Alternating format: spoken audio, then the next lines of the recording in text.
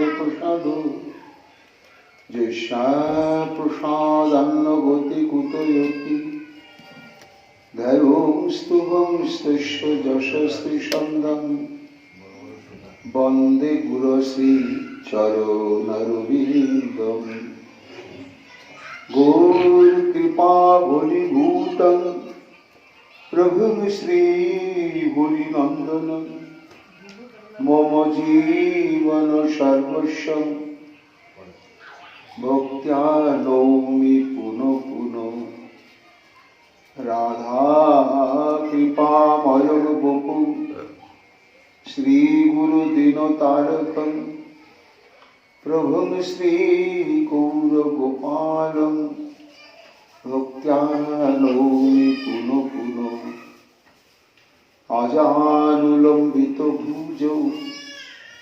কনকাবদাতো সংকীর্তনৈকপিতরৌ কমলায়তাক্ষৌ বিশ্বম্ভরৌ দ্বিজবরৌ যুগধর্মপালৌ বন্দে জগৎপ্রিয়করৌ করুণায়বতারৌ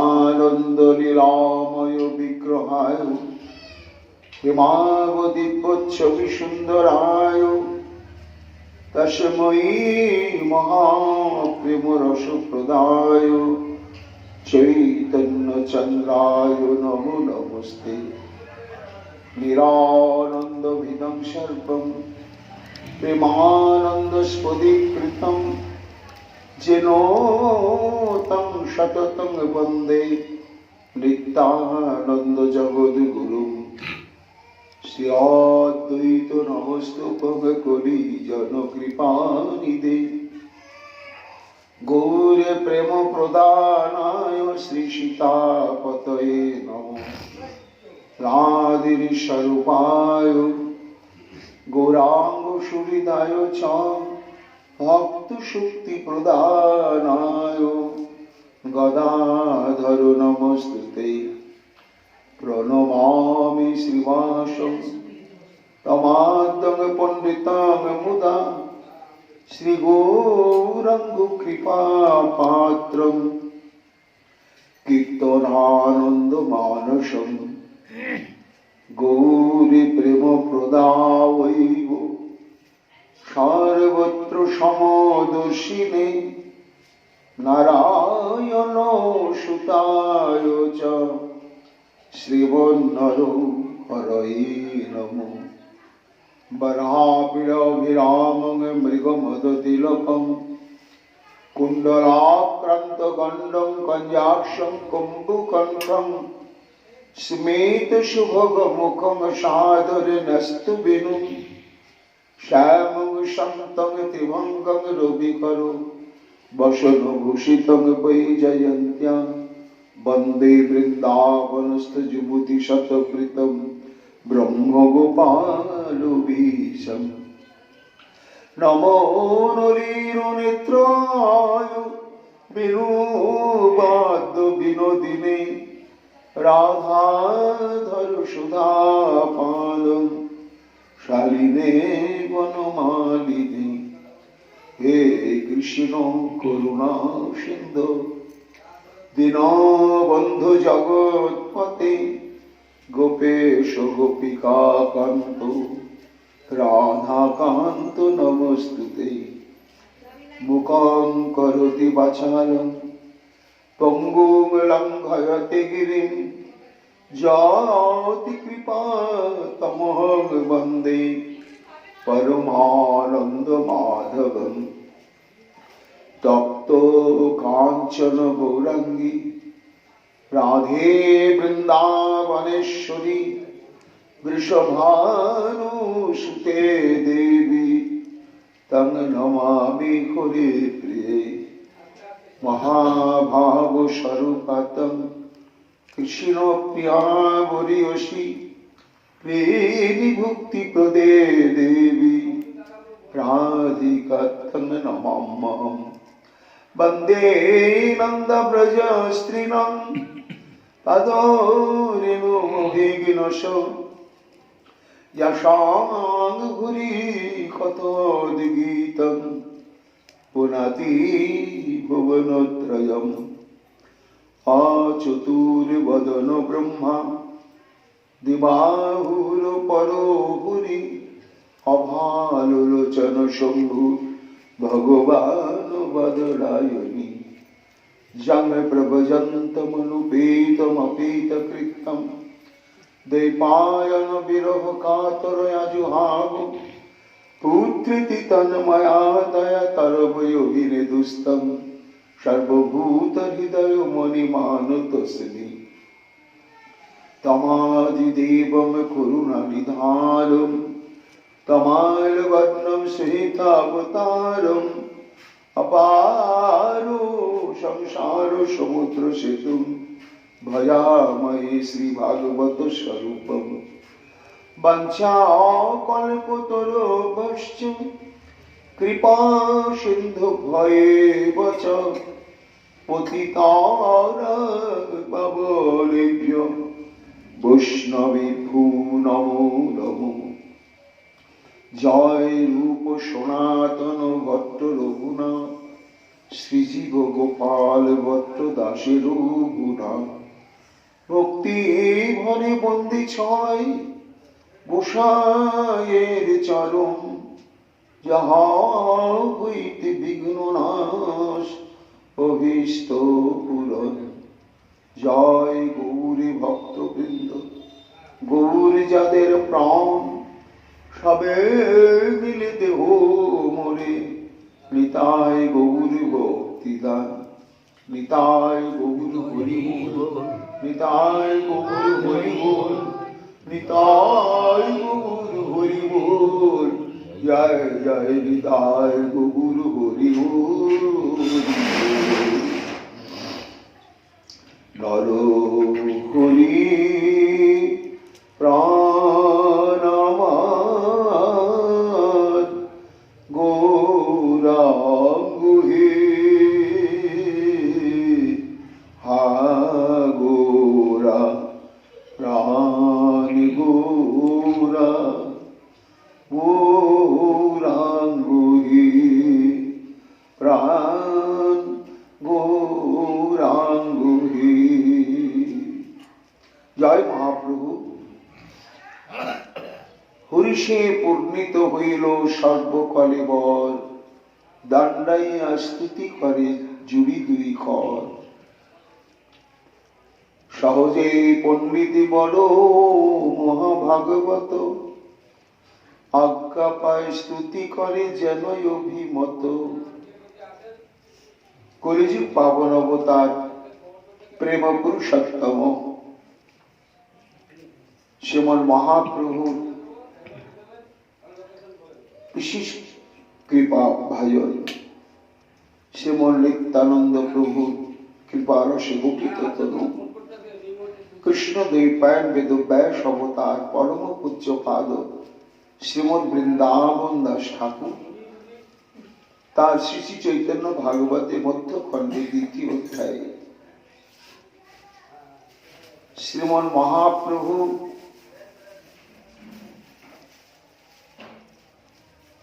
ঈশ্বর স্বরূপে আবিষ্ট হয়ে শ্রীবাসের দ্বারে উপস্থিত হয়ে আত্মপ্রকাশের তত্ত্বটি এইবার প্রকাশ্যে ঘোষণা করছেন শ্রীবাসের।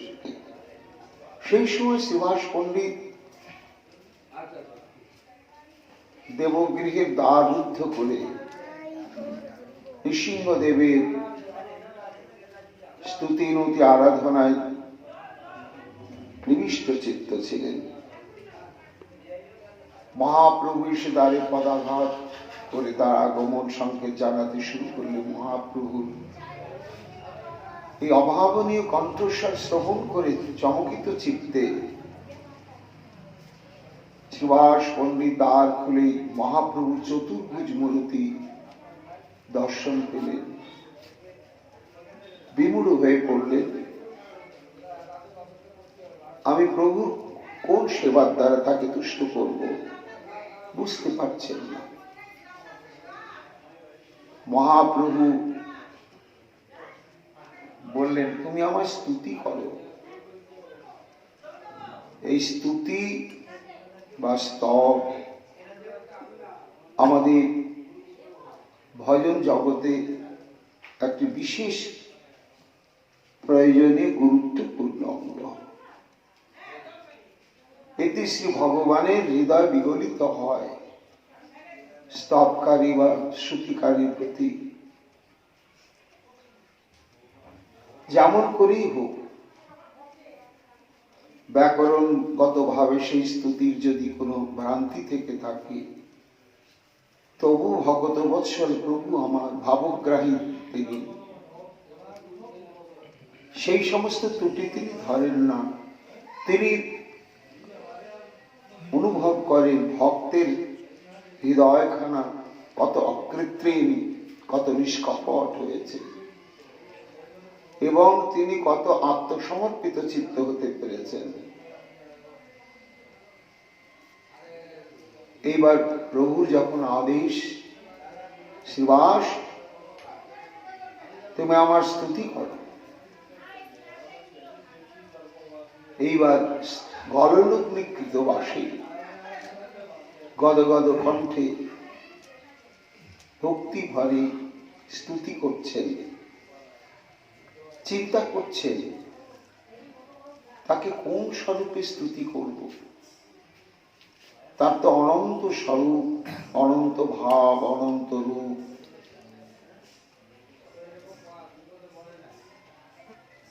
তারপরে মহাপ্রভুর যেন ইচ্ছাতে তার উদ্দীপন হলো।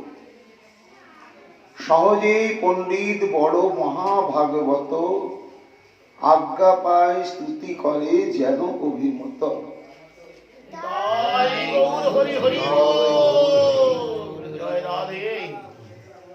অর্থাৎ বৃন্দাবন দাস ঠাকুর বলছেন, যেন শ্রীবাস পণ্ডিত প্রাণকুটি প্রিয়তম শ্রী মহাপ্রভুর অন্তরের ভাবটি যেন সম্যক উপলব্ধি করতে পারলেন, যে আমি কোন স্তুতি করলে প্রভু সব থেকে সুখ হবে, তিনি সন্তোষ হবেন। তাই প্রথমেই তিনি স্বরচিত কোন শ্লোকের দ্বারা মহাপ্রভু স্তুতি করলেন না। কোন স্তুতি তিনি করলেন?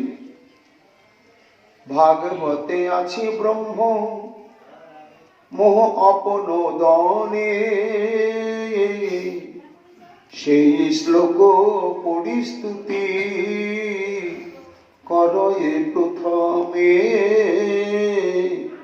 করয়ে প্রথমে।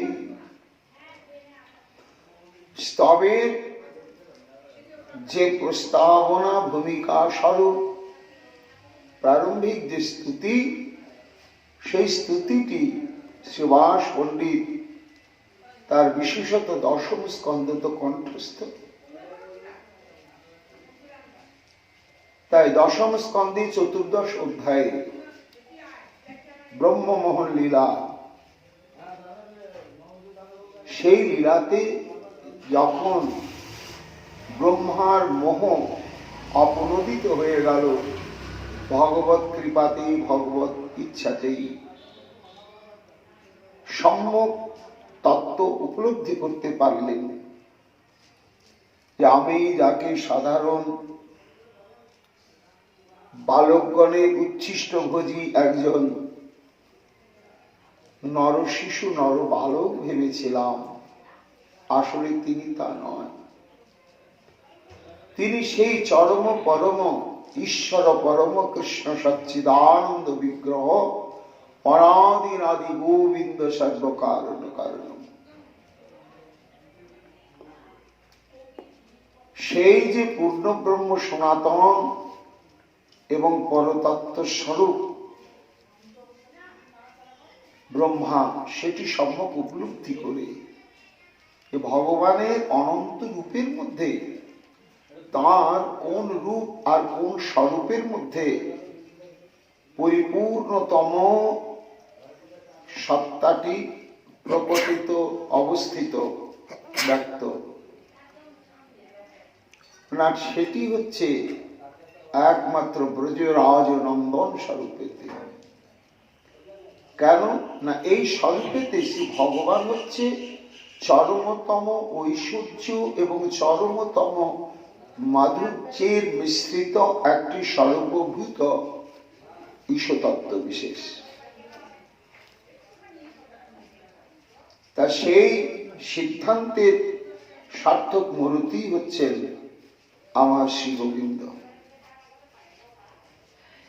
তাই ব্রহ্মা যখন নিজের অপরাধ বুঝতে পারলেন,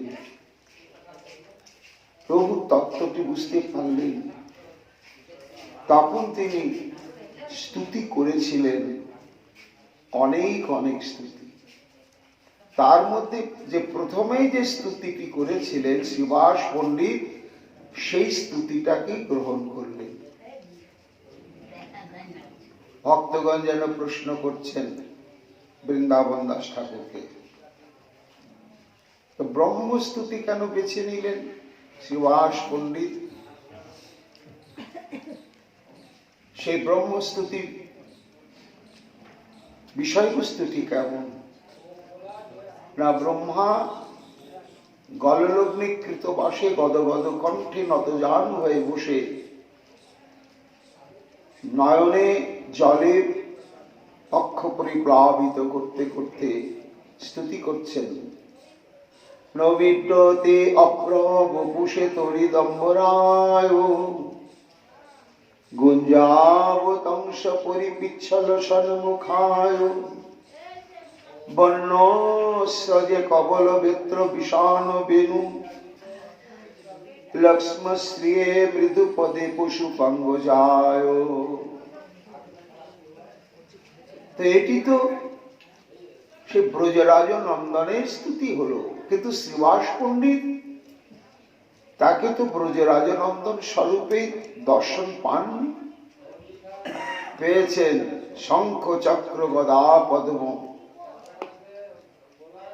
এই সমস্ত আয়ুধধারী চতুর্ভুজ মূর্তি। তা চতুর্ভুজ মূর্তি বিশিষ্ট শ্রী ভগবানকে বিভুজ স্বরূপ প্রাপ্ত শ্রী শ্রীকৃষ্ণের স্তুতিতে কেন স্তব করা হচ্ছে? ব্যাস অবতার বৃন্দাবন দাস ঠাকুর বলছেন, হ্যাঁ প্রশ্ন, কিন্তু এই একই ঘটনাই তো ঘটল ব্রহ্মার ক্ষেত্রে। কি ঘটল না, প্রথমে ব্রহ্মা দেখেছিলেন একজন প্রাকৃত নরবালক, নর শিশু। তারপরেতে যখন শ্রী ভগবান ব্রহ্মাকে উচিত শিক্ষা প্রদান করলেন, ব্রহ্মা নিজের ভুলটা বুঝতে পারলেন, তখন মনে প্রাণে আত্মধিক্কারে ধিক্কৃত হয়ে শ্রী ভগবানের চরণে শরণাগত হলেন। যখন শরণাগত হলেন তখন ভগবান প্রথমে কি রূপ দেখালেন? অনন্ত ঐশ্বর্য স্বরূপ। এক একটি বালক, এক একটি বৎস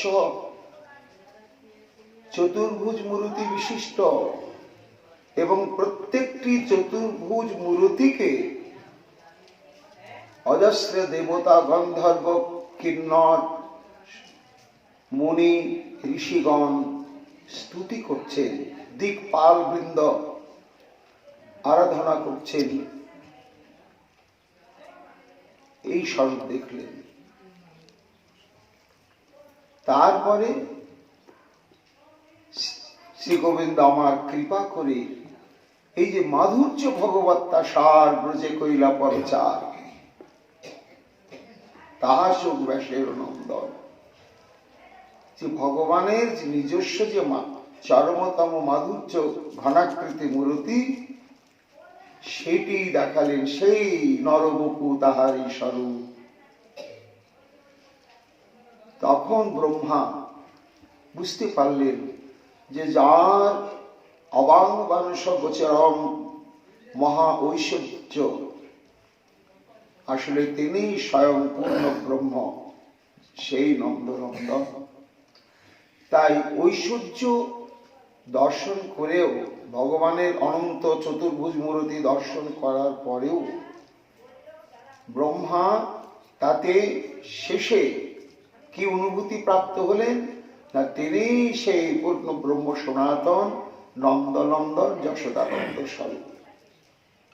তাই স্তুতির প্রারম্ভে তিনি শ্রী ভগবানের সেই যশোদানন্দন বা নন্দনন্দন স্বরূপের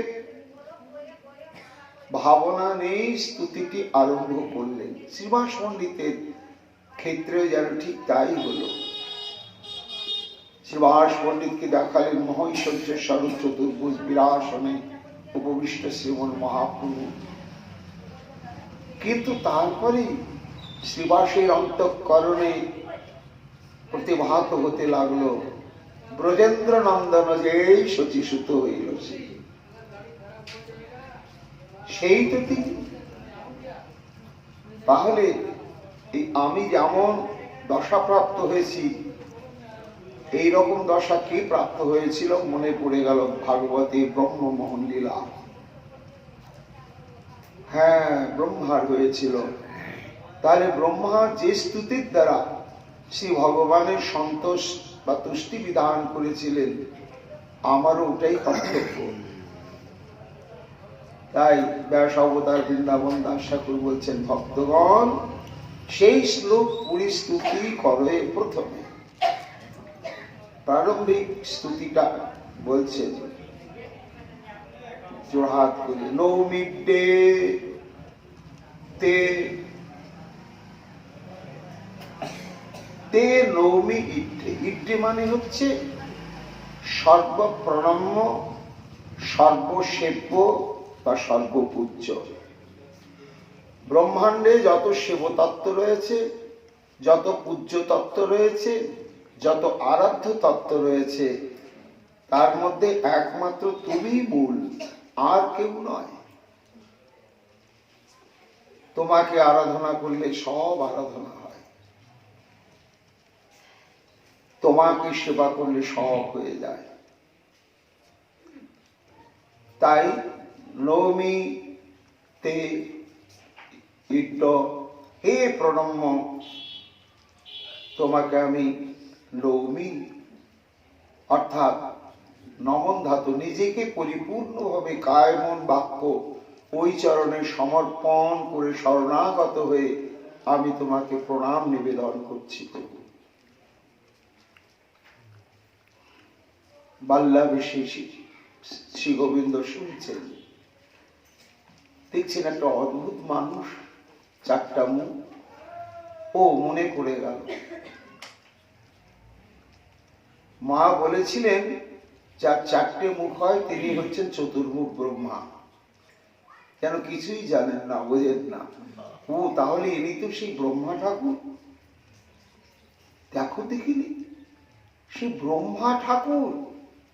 মা বলেছে ওই নাকি জগৎ সৃষ্টি করেছে, আর আমাকে বলছে আমি নাকি সর্বপ্রণম্য, পুরপ্রণম্য। সে কি হয়? তাই যেন মৃদু হেসে ভঙ্গি করে বলছেন, ও ব্রহ্মা ঠাকুর, এই কি তুমি বলছো? আমি কেন সর্বপ্রণম্য হব বলো দেখিনি? আরে আমি তো বামুনের ছেলেও নয়, গোয়ালার ছেলে, তাতে আমি শিশু, আর তুমি আমাকে কেন প্রণম্য বলছো? ব্রহ্মা বলছে, ও ঠাকুর, আর তুমি আত্মগোপন করে থেকো না, ধরা পড়ে গিয়েছ। নিখিল বেদ শাস্ত্র কাকে নির্দেশ করছে? সম্বন্ধ তত্ত্ব রূপে। তমেব বিদ্যুৎ মৃত্যুমেতি, সেই তত্ত্বকে তুমি ঘোষিত হয়েছ ভাগবতের পরিভাষা রূপে সার তত্ত্ব নয়। এতে চাংশপালা বংশ কৃষ্ণস্তু ভগবান স্বয়ং। এই জন্য তোমাকে আরাধনা করলে, তোমাকে সেবা করলে, তোমার স্তুতি করলে স্বতন্ত্র কাউকে করা হয় না। যদিও করা হয়, কিন্তু যেহেতু সবার প্রকাশ তোমার থেকেই, কারো স্বতন্ত্র অস্তিত্ব নেই। প্রণম্য ইন্দ্র, প্রণম্য আমি এক ব্রহ্মা, প্রণম্য চন্দ্র, প্রণম্য অনন্ত ঋষি মহাঋষিগণ, এরকম প্রণম্য আরাধ্য তত্ত্ব অনেক দেব দেবী দিকপালগণ আছে, কিন্তু তাদের অস্তিত্ব তো তোমার উপরে প্রভু। তোমার থেকে তারা প্রকটিত হয়েছে। কাজেই মূল তত্ত্বটি তুমি। এই জন্য শাস্ত্র কি বলেছে, যেমন আকাশ থেকে বৃষ্টি পড়লে সেই জলধারা থেমে থাকে না, পাতালে গিয়ে পাতালের তলায় যে স্রোত আছে সেই স্রোতকে অবলম্বন করে কোথায় গিয়ে পৌঁছায়? সমুদ্রে। যতক্ষণ পর্যন্ত আকাশ হতে পতিত বারিবিন্দু সমুদ্রে না পৌঁছায় ততক্ষণ তার স্থিতি হয় না। তেমনি হে প্রভু, আমি কি জানিনি? বুঝিনি, সব বুঝেছি। যত অনন্ত কোটি প্রণম্য তত্ত্ব আছে সবাইকে প্রণাম করলে যতক্ষণ পর্যন্ত সেই প্রণামটি তোমার কাছে এসে না পৌঁছায় ততক্ষণ পর্যন্ত সেই প্রণাম সার্থক হয় না। তাই পরোক্ষে ওই প্রণামটা গড়াতে গড়াতে সে তোমাতেই স্থিতি লাভ করে। এই জন্য তুমি হলে মূল তত্ত্ব। ও কি জানি, তা হলো তোমার স্তুতি? না প্রভু। তে অভ্র বপুষে নৌমি। শিবাস পণ্ডিত মহাপ্রভুর দিকে তাকিয়ে ঠিক সেই ব্রহ্মার স্তুতিটাই বলছেন। দেখছেন মহাপ্রভুর মধ্যে কি দেখছেন? সে বরাপের নটবর কুকু কর্ণয় কর্মী কারণ বিভ্রত বাসন কনক কপিসম। তাইতে অভ্র বপুষে নৌমি। অভ্র মানে হচ্ছে কালো মেঘ, যে মেঘ থেকে বৃষ্টি নামে। তা শ্রী গোবিন্দ আমার কেমন? নবনীরদ নিন্দিত কান্তি ধরম রস সাগর নাগর ভূপ বরম। নব জলধর যিনি তার অঙ্গ কান্তি। তা এমন যে নব জলধর কান্তি বিনিন্দিত কান্তি সমন্বিত হে তুমি, তোমাকে আমি বারবার প্রণাম করি। আহা, কিছুই জানেন না যেন। এ হে ব্রহ্মা ঠাকুর, এই স্তুতিটা তুমি কি করলে বলো তো? আমি কালো, আমি কালো বলি আমার এই কালো রংটা তুলে তোমাকে প্রণাম করতে হবে বলো তো? ফর্সা মানুষকে যদি কেউ বলে ইস কি ধবধবে ফর্সা, তার কিন্তু আনন্দ হয়। আর কালো মানুষকে যদি বলে ইস কি কালো রে ভাই, তার কষ্ট হয়। এটা স্বাভাবিক একটা মনস্তত্ত্ব। তা আমি কালো তাই বলে তুমি এই কালো মেঘের সঙ্গে তুলনা করে আমাকে স্তুতি করছো? আর স্তুতি করছো না, এটা কৌতুক কটাক্ষ করছো। ব্রহ্মাজি বলছেন প্রভু আর তুমি লুকোছাপা করিও না। শোনো, অভ্র বপুষে তোমাকে আমি অন্য কোনো কারোর সঙ্গে তুলনা করিনি, কালো রঙও বলিনি, কৃষ্ণ বর্ণ শব্দটাও বলিনি, আমি অভ্র বপুষে বলেছি। কেন? অভ্র মানে জল ভরা মেঘ, যার থেকে বৃষ্টি নামে, তার সঙ্গে তুমি তুলনীয়। কেমন তুলনীয়? তাই তো তুমি প্রণম্য প্রভু।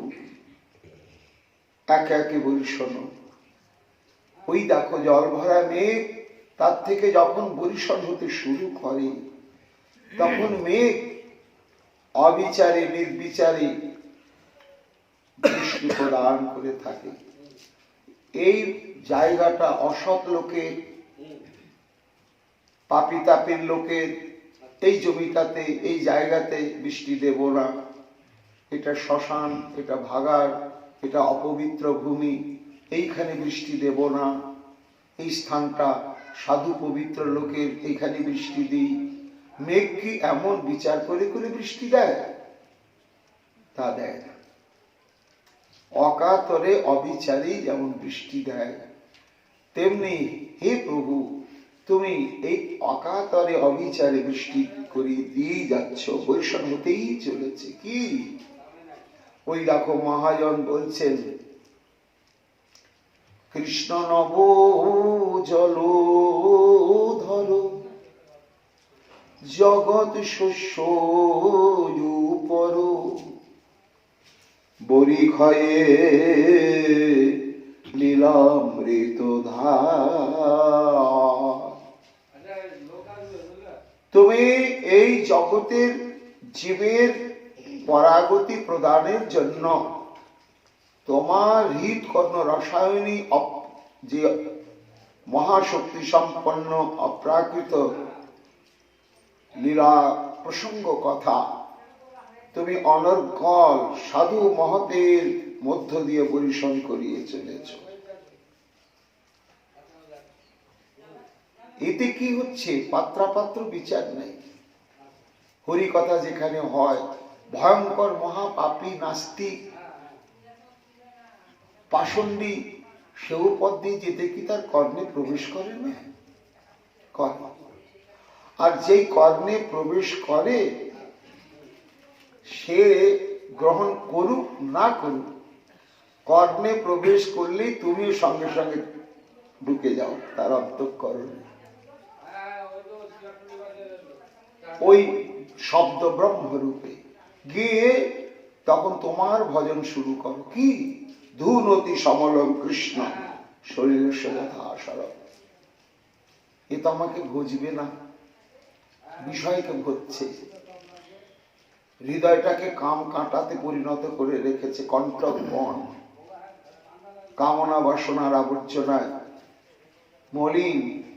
কিন্তু আমি দরজাটা খোলা পেয়ে তো প্রবেশ করে ফেলেছি, তাই যাবো কেন, বেরিয়ে যাবো কেন, আমার ভজন শুরু করি। সে তখন ওই হৃদয়টাকে পরিষ্কার করতে শুরু করে।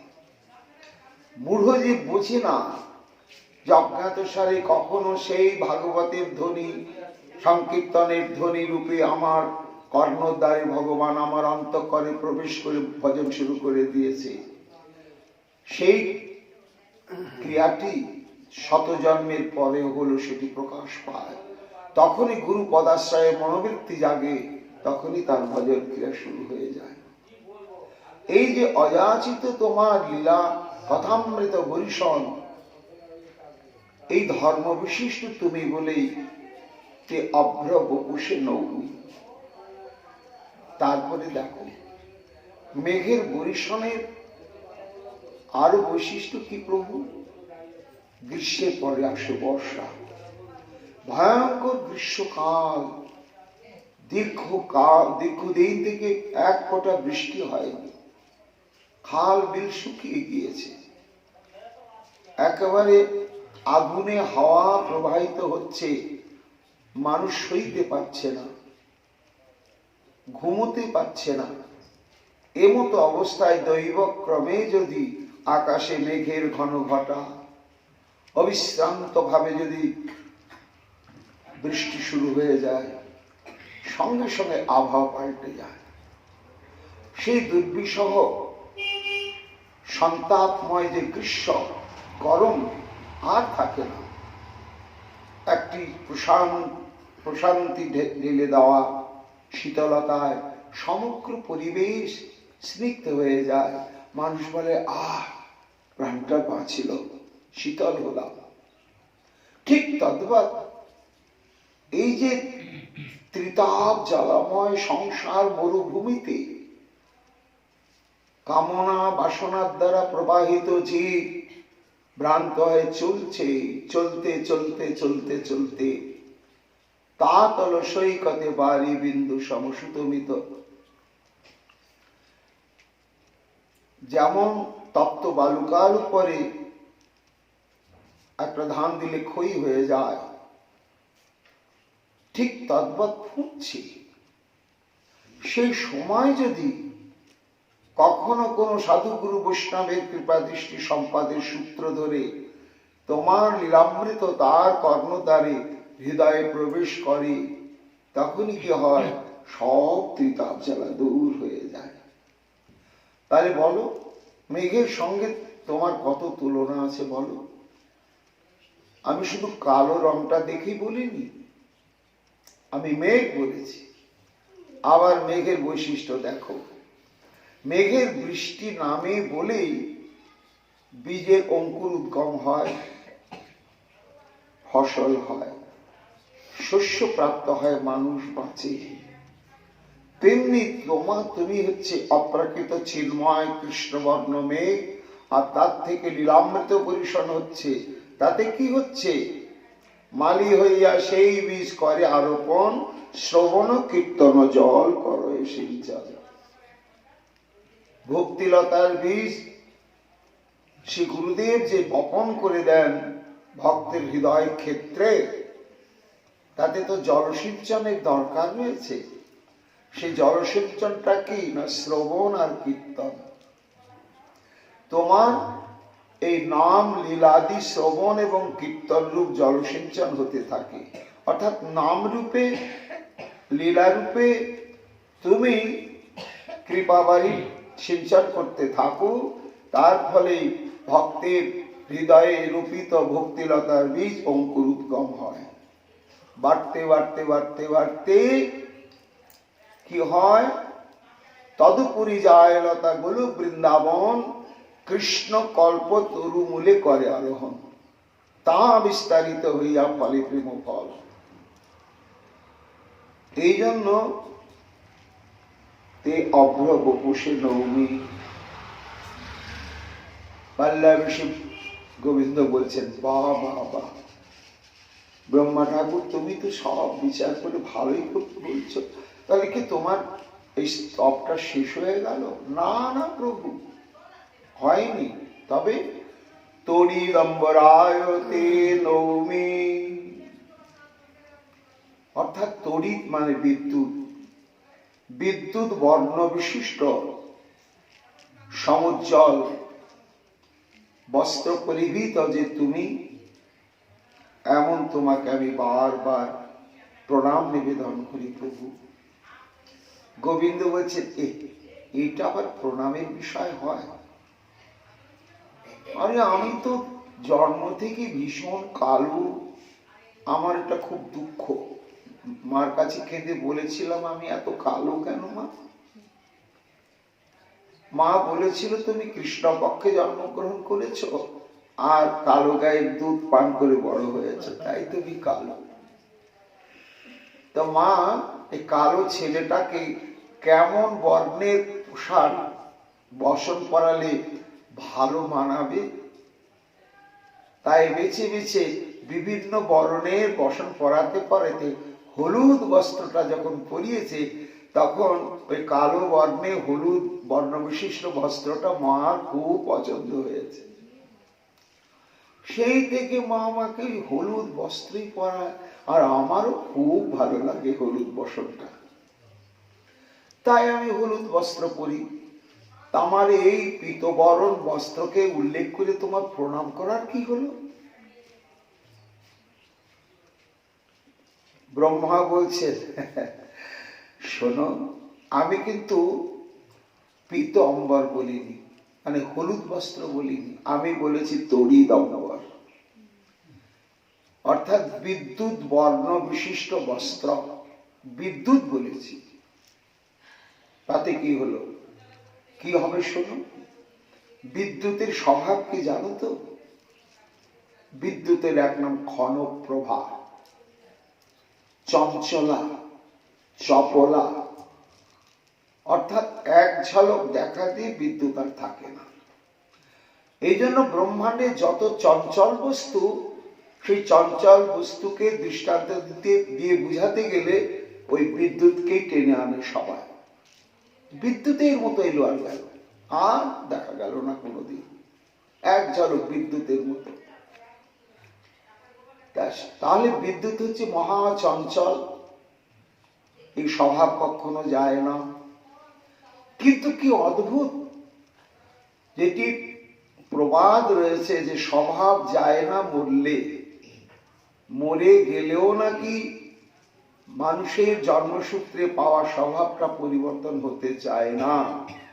অথচ বিদ্যুৎ তার জন্মসূত্রে পাওয়া যে মহাভয়ঙ্কর চঞ্চলাতি চঞ্চল স্বভাব, সে তার চাঞ্চল্য পরিত্যাগ করে মহাধীর মহাস্থির হয়ে তোমার অঙ্গে একেবারে সংলগ্ন হয়ে অবস্থান করছে। তাহলে হে প্রভু, তোমার মধ্যে এমন কোন অদ্ভুত কোন গুণ আছে, সেই গুণের দ্বারা আকৃষ্ট হয়ে বিদ্যুৎ তার স্বভাবটাকেই পাল্টাতে পেরেছে, সে মহাস্থির হয়ে গিয়েছে। তেমন যে মহা চঞ্চল বিদ্যুৎ তোমার স্পর্শে, তোমার সঙ্গ প্রভাবে মহাধীর মহাস্থির হয়ে গিয়েছে। এমন যে তুমি, তোমাকে আমি প্রণাম করছি কেন জানো? আমি দেবতা, কিন্তু দেবতা হলে কি হবে? আসলে আমি তো প্রথম জীবতত্ত্ব, আমারও তো জন্ম এবং মৃত্যু রয়েছে। তাই আমার মনটাও এই মর্তের লোকের চাইতে ভয়ঙ্কর চঞ্চল, বিদ্যুতের চাইতেও চঞ্চল। তা যদি না হবে প্রভু, আমি কিনা তোমার উপরে মায়া বিস্তার করে আমি তোমাকে পরীক্ষা করতে যাচ্ছি, এটা আমার চিত্ত চাঞ্চলের লক্ষণ নয় কি? কিন্তু আমি চেষ্টা করে আমার এই চিত্ত চঞ্চলকে স্থির করার কোনো উপায় খুঁজে পাই না প্রভু।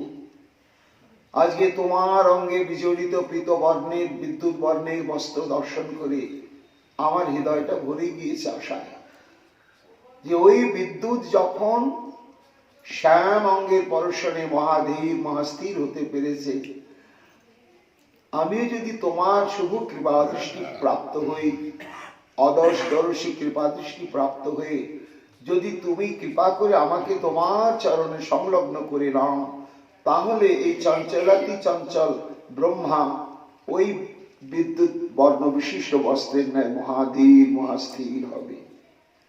এমন যে তুমি, তোমাকে আমি বারবার প্রণাম করি। এত ভেবে ভেবে প্রণাম করছো তুমি, শেষ নার আছে? আছে প্রভু। গুঞ্জাবতংশ পরিপিচ্ছলন সন্মুখায় বর্ণস্রজেতে নৌমি। অর্থাৎ কেমন তুমি? গুঞ্জাবতংশ,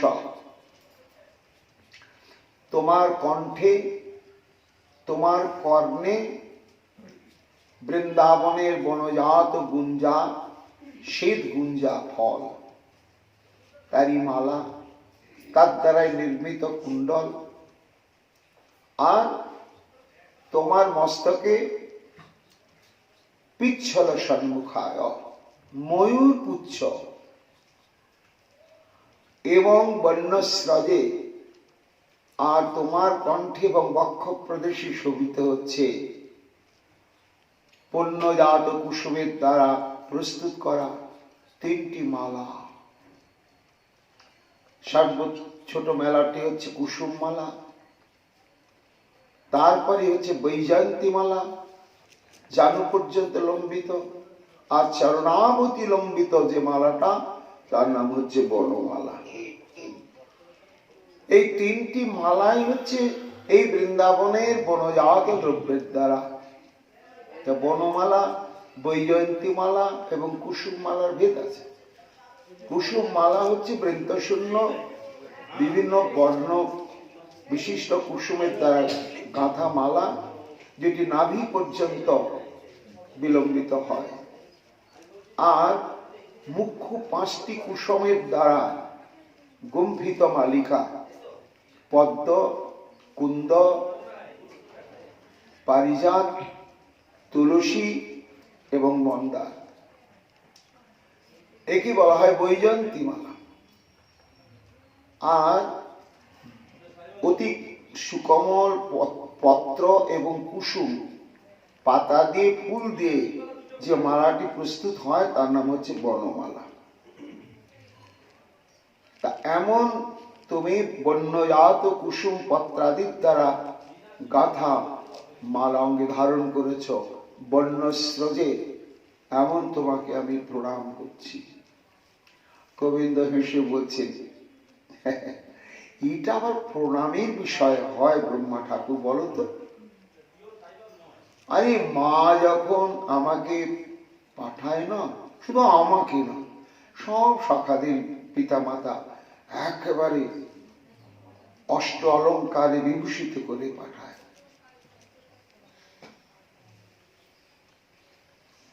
অঙ্গদ বলয় কাঞ্চি মেখলা কুণ্ডল কিঙ্কিণী স্বর্ণরূপুর। কিন্তু যেই আমরা ওই গোকুলের সীমানা পার হয়ে বনের সীমানার মধ্যে প্রবেশ করি, আর সখাগণ দল বেঁধে এসে সব অলঙ্কার গুলো খুলে পুটলি বাঁধে, নিজেদের অলঙ্কার গুলো পুটলি বাঁধে, সংরক্ষণ করে রেখে বলে, কানাই যতক্ষণ আমরা এই বনে থাকবো, আমরা বনের সম্পদে বনের বস্তুতে আমরা সুসজ্জিত হব। কেন না, এই দেখো না, তাকে দেখো কানাই, ওই বৃক্ষলতা সবাই যেন প্রত্যাশা তোমার সেবার জন্য, কিন্তু তোমার অঙ্গে এই মণিমাণিক্য খচিত স্বর্ণ অলঙ্কার দেখে তার কষ্ট পাচ্ছে যে আমরা তো বন্য কুসুম, ঝরে যাই, মলিন হই, আমরা তো মূল্যবান মণিকাঞ্চন নয়। তাই কানাই আবার যখন ফিরে যাব নিজের আলয়ে, তখন সেই সময় এই সমস্ত অলঙ্কার পরব। যতক্ষণ বনে থাকবো, আমরা এখন বনে এসেছি, বনের সাজে সজ্জিত হব। জানো ব্রহ্মা ঠাকুর, এই বলে সখারা এই বন্য বস্তুতে সাজিয়েছে। গুঞ্জা ফল এনে, গুঞ্জা মানে শ্বেত কুচ, দুই রকম কুচ হয়, একটা লাল আর একটা সাদা, একই লতা, একই রকম, যার লতাকে জ্যেষ্ঠ মধু বলা হয়। তো সেই গুঞ্জা তো বিনি যত্নেই বনে সৃষ্টি হয়, আর শিমগুলো যখন পুষ্ট হয়, পেকে শুকিয়ে ফেটে যায়, তখন ভেতরে ওই গুঞ্জাগুলো খুলে খুলে নিচে একেবারে সব পড়ে থাকে। তাই দেশ, এই দেখো আমার কর্ণভূষণ, আমার কণ্ঠ সংলগ্ন মালা গেঁথে দিয়েছে। তারপরে ওই মূল্যবান চূড়া খুলে নিয়ে কুঞ্চিত কেশের উপরে ঝুঁটি বেঁধে তার উপরে চারিদিকে মালা দিয়ে, ওই দেখো বনে কত ময়ূর পাখা পড়ে রয়েছে, তাই বুঝে দিয়েছে। তারপরে আর এই মালা গেঁথে দিয়েছে। তাতে প্রণামের কি হলো তোমার, আর এটা উল্লেখযোগ্য কেন তোমার কাছে? ব্রহ্মা কাঁদো কাঁদো হয়ে বলছে, প্রভু তোমার কাছে যেটি যত সহজ, আমার কাছে ওটাই তত গভীর গুরুত্বপূর্ণ। তোমার তো দুটি স্বরূপ প্রভু, একটি চরমতম ঐশ্বর্যাত্মক স্বরূপ, সেই স্বরূপ নিয়ে নিত্য তুমি বিরাজিত মহাবৈকুণ্ঠে। সেখানে তোমার অঙ্গ প্রত্যঙ্গে কত কৌস্তুভমণি, সমন্তকমণি, নীলকান্তমণি, প্রবাল চুন্নি থেকে আরম্ভ করে অয়স্কান্তমণি, চন্দ্রকান্তমণি, সূর্যকান্তমণি, মরকতমণি, এই মণি মণি মণি মণির ছটায় চোখ ধাঁ দিয়ে যায়। তোমার নিকটে যেতে গা কাঁপে। এত যার ঐশ্বর্য, তার চরণ আমি কি করে একটা কাঙাল সেবা করব? আমার যোগ্যতা কোথায়? ওর যদি সেবা করতে হয় ওই রকম ঐশ্বর্য পূর্ণ হতে হবে। তাই তোমার ওই ঐশ্বর্যাত্মক স্বরূপের নিকটে গেলে সেবা করার বাসনা থাকলেও ভীতি সঞ্চার হয়। আর তোমার এই যে চরমতম মাধুর্যমণ্ডিত মূর্তি এই বৃন্দাবনে কি আশার সঞ্চার করছে বলো? ওই যে চেনা অচেনা, জানা না জানা কত রকম বনের ফুল লতা পাতা তোমার বক্ষে, তোমার কণ্ঠে, তোমার অঙ্গে স্থান পেয়েছে। পাখির পালক বনে কত পড়ে থাকে, বৃন্দাবনের বনে বনে আপনি খুলে খুলে পড়ে থাকে। চাষও করতে হয় না, সংগ্রহ করতে হয় না। একটি সাধারণ পাখির পালক যত্ন করে তুমি মাথায় রেখে দিয়েছ। ওই গুঞ্জা ফল চাষও করতে হয় না, পয়সা দিয়ে কিনতেও হয় না। এই বৃন্দাবনে আপনি জন্মায়, আপনি পেকে গাছতলায় সঞ্চিত হয়ে পড়ে থাকে। তা এই সমস্ত বন্য বস্তু যাদের কথা কেউ ভাবে না, যাদের মূল্যায়ন করে না, এইরকম নগণ্য বস্তু তাকে তুমি সমাদরে বক্ষে, কর্ণে, মুখমণ্ডলে, সর্বোপরি তোমার মস্তকে স্থান দিয়েছ। তোমার এই বন্য বস্তুতে সুসজ্জিত মূর্তি আমার যে কত আশার সঞ্চার করছে প্রভু, যে আমিও যদি ওই সমস্ত নগণ্য বন্য বস্তুর চাইতে যদি নিকৃষ্ট হই, তাহলে যেমন অতি তুচ্ছ বন্য বস্তুকে তুমি সমাদরে গ্রহণ করে নিয়েছ, তেমনি জগতে যদি কেউ নিকৃষ্ট নগণ্য কেউ থেকে থাকে, সেও তোমার কাছে সমাদৃত হয়ে নিশ্চয় তোমার সেবা অধিকার প্রাপ্ত হবেই হবে। কিন্তু তোমার ঐশ্বর্যাত্মক সেই যে বৈকুণ্ঠাধিপতি স্বরূপে কাছে যাওয়ারও সাহস হয় না। ব্যাস অবতার বৃন্দাবন দাস ঠাকুর বলছেন, হ্যাঁ, এই তো আমাদের শ্রী গোবিন্দ ভকত বৎসল। ওই বৃক্ষগণ লতাগণের বাসনা তিনি পূরণ করেন। কেন না বৃন্দাবনে পশু পাখি কীট পতঙ্গ লতা বৃক্ষ, এরা কেউ বৃক্ষ লতা গুল্ম পশু পাখি নয়, কি বটে, এরা ভগবানের নিত্য লীলা পরিকর। এই পরিকর কেউ শ্রীরাম সেজেছে, তখন তাকে সখা বলা হচ্ছে। কেউ বৃক্ষ সেজেছে, তখন ও বৃক্ষরূপী পরিকর। ওই পশু পাখি রূপ সবই নিত্য লীলা পরিকরেরা চিরকাল। তাই এদের মনেও তো সেবা বাসনা। ময়ের পুচ্ছ ধারণ করে ভগবান ব্রহ্মাণ্ডকে দেখাচ্ছেন যে জগৎ, এই দেখো আমার মাথায় ময়ের পুচ্ছ কেন? অনেক অনেক কারণ।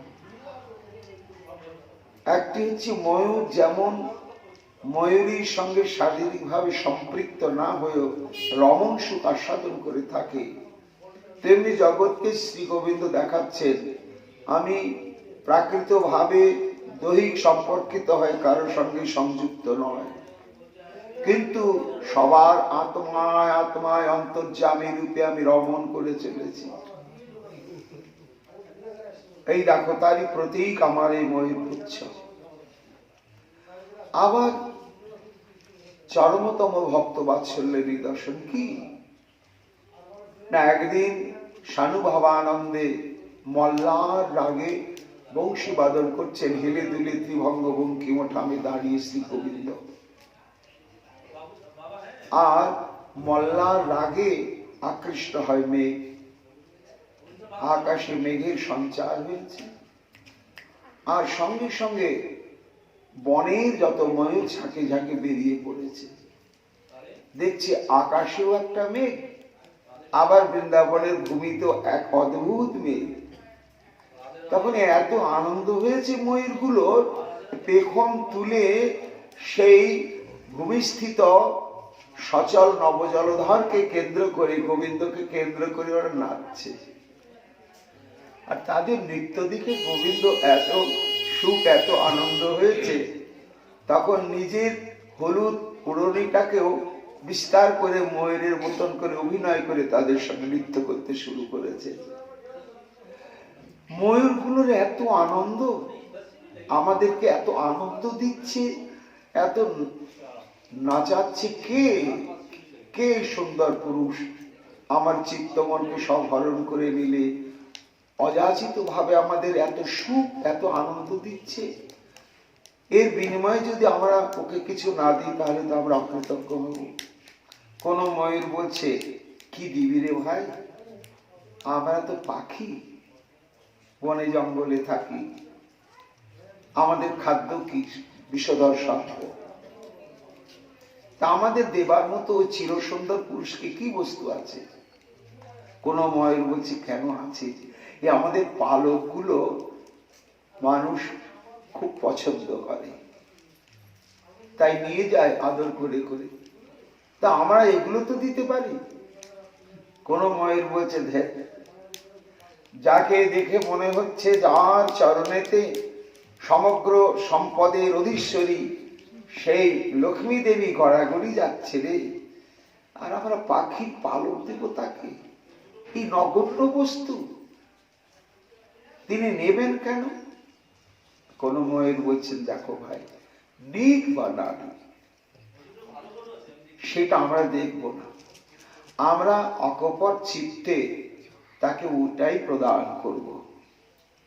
তাই হোক। তখন আবার ঘিরে ঘিরে নাচতে নাচতে যখন তালের সম পড়ছে, তখন এমন ভাবে তারা নেচে পালকটাকে ঝেড়ে দিচ্ছে, সব থেকে সুন্দর সুন্দর পালকগুলো পুষ্পাঞ্জলির ন্যায় শ্রীকৃষ্ণের চরণে গিয়ে পড়ছে। হঠাৎ শ্রীকৃষ্ণ দেখছেন কে পুজো করছে, চরণের দিকে তাকিয়ে দেখছেন, ও এই ময়ূরগুলো তাদের পালক উপহার দিচ্ছে আমাকে, এত ভালোবেসে ভালোবাসা মাখিয়ে আমাকে উপহার দিচ্ছে। ও হো হো, এই প্রেম মাখা উপহার আমি তো রাখার জায়গা পাচ্ছি না, কোথায় রাখবো? একেবারে আমার শরীরের সর্ব ঊর্ধ্ব স্থানে মস্তকেই আমি স্থান দিলাম। তাই পালকগুলিকে তুলে তুলে নিয়ে শ্রী গোবিন্দ আমার মস্তকে স্থান দিলেন। ময়ূরগুলোর আনন্দ আর ধরে না। দেখো ভাই, তাহলে তিনি গ্রহণ করলেন তো, গ্রহণ করলেন তো।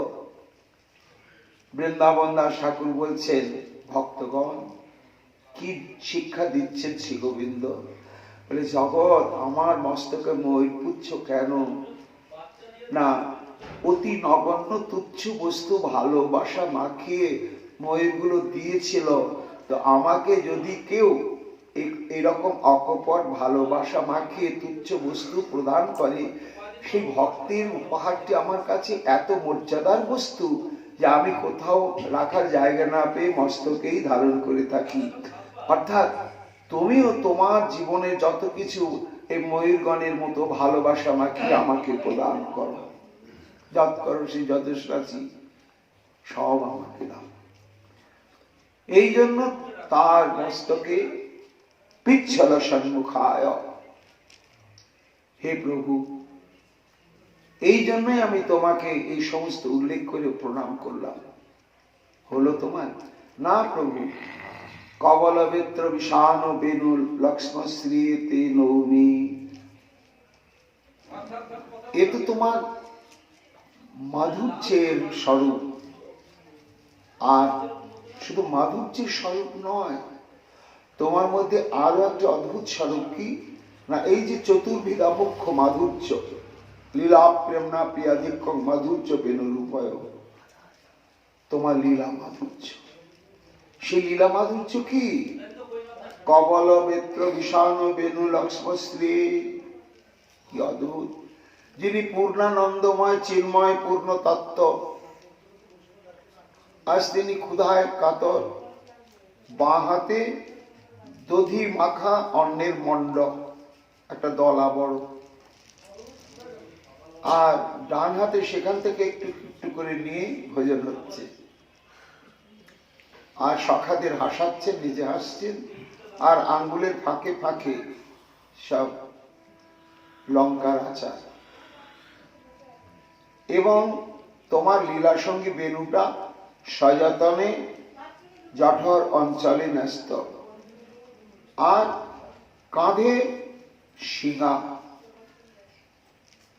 আর তোমার কক্ষতলে হচ্ছে বেত্র, ধেনু তাড়নার জন্য। এই যে তোমার এই স্বরূপটি হচ্ছে চরমতম লীলাময় স্বরূপ। এই লীলায় তো জগৎকে তুমি পাগল করে দিয়েছ, এই লীলায় তো উদ্ধার করছে সব। প্রশ্ন করেছিলেন অর্জুন যে তুমি ইচ্ছা মাত্রেই তো জগতের অশুভ শক্তিকে বিনাশ করতে পারো, তা আবার নৃসিংহ সেজে হিরণ্যকশিপুর সঙ্গে, বরাহ সেজে হিরণ্যাক্ষর সঙ্গে যুদ্ধ করার কাণ্ড কি? তুমি যদি বলো হিরণ্যকশিপু এক্ষুনি হরিবোল হয়ে যায়, আর কি থাকবে সে? তা না করে তোমার এইসব কাণ্ড কেন? কিসের অভাব? মা যশোদার কাছে ননিদে ননিদে বলে তুমি কাঁদছ, বন্ধন দশা প্রাপ্ত হচ্ছ। গোবিন্দ বললেন, কেন অর্জুন জানো না? ঠিক বলেছ, তুমি ঠিক বলেছ। আমি মুহূর্তের মধ্যেই সমগ্র ব্রহ্মাণ্ডকে সৃষ্টি করতে পারি, প্রলয় করতে পারি, সমস্ত অশুভ শক্তিকে নাশ করতে পারি। কিন্তু মদ ভক্ত চিত্ত বিনোদার্থম করমি বিবিধ ক্রিয়া, আমি তা না করে জন্ম পরিগ্রহ করি, করে এই সমস্ত লীলা করি। কেন না, এই লীলাটি হচ্ছে জীব উদ্ধারের একমাত্র সহজতম উপায়। এই লীলা কথা রূপ শ্রবণ কীর্তনের স্রোতে যদি নিজেকে কেউ ভাসিয়ে রাখে, সে যত অযোগ্য হোক আর মহাপতিত পাষণ্ডী হোক, অপরাধী হোক, কিন্তু শ্রবণ কীর্তনের স্রোত থেকে নিজেকে সরাচ্ছে না। বলে যতই অপরাধী হোক, শ্রবণ কীর্তনে আমি ভেসে থাকবোই থাকবো। তাহলে কি হয়? সে ভাসতে ভাসতে গিয়ে সমুদ্রে পৌঁছে যায়। কোন সমুদ্রে? রস সমুদ্রে। কেমন দৃষ্টান্ত দিচ্ছে মহাজন, একটা কলা গাছ খরস্রোতা নদীতে যদি ভাসিয়ে দেওয়া হয়, 1 ঘন্টা পরে দেখা যাবে 4 কিলোমিটার দূরে চলে যাচ্ছে। কি করে গেল? জড় পদার্থ তো, ওকে তো কেউ চালালো না। একজন হচ্ছে কেন স্রোতে ভেসে থাকলেই গতি এসে যায়, তলায় তলিয়ে গেলে হবে না, ভেসে থাকতে হবে। ভেসে থাকলেই গতি আসে, আর তখনই সে পৌঁছে যায়। ঠিক তদ্বৎ এই শ্রবণ কীর্তন মহাস্রোতে যদি কেউ সর্বক্ষণ নিজেকে ভাসিয়ে রাখতে পারে, আর কোনো তার ভজনের দরকার হবে না, সে তখন পৌঁছে যাবে রস সমুদ্র, রসবৈ সব সেই গোবিন্দের চরণে পৌঁছে যাবেই যাবেই যাবে। তাই গোবিন্দ বললেন যে দেখো অর্জুন, এই লীলা বিস্তারের জন্যই জীব কল্যাণের নিমিত্ত করবে বিবিধ ক্রিয়া। এই অভিনব লীলার দ্বারা তুমি জগতের কল্যাণ সাধনা করে চলেছ প্রভু, এমন যে তুমি, তোমাকে বারংবার নমস্কার। হলো প্রভু, হলো ব্রহ্মা, প্রণাম। নানা প্রভু ব্যাস অবতার বৃন্দাবন দাস ঠাকুর বলছেন, এইবার ধীরে ধীরে ওই ব্রহ্মার কণ্ঠে কণ্ঠ মিলিয়ে ব্রহ্মার উক্তি নিজেকে বলে মহাপ্রভুকে স্তুতি করছেন। স্তুতির উপসংহারটি থাকলো এখন। শেষে যে উপসংহারের দ্বারা স্তুতিটি সমাপ্ত করার পরে এইবার শ্রীবাস পণ্ডিত নিজের ভাষায় আবার স্তুতি আরম্ভ করবেন। মহাপ্রভুর কৃপায় আগামীকাল আমরা সেটি শ্রবণ কীর্তন করব। এখনকার মতো ভাগবতী কথা আমাদের এইখানেই বিশ্রাম লাভ করছে। নিতাই গৌর হরি বল।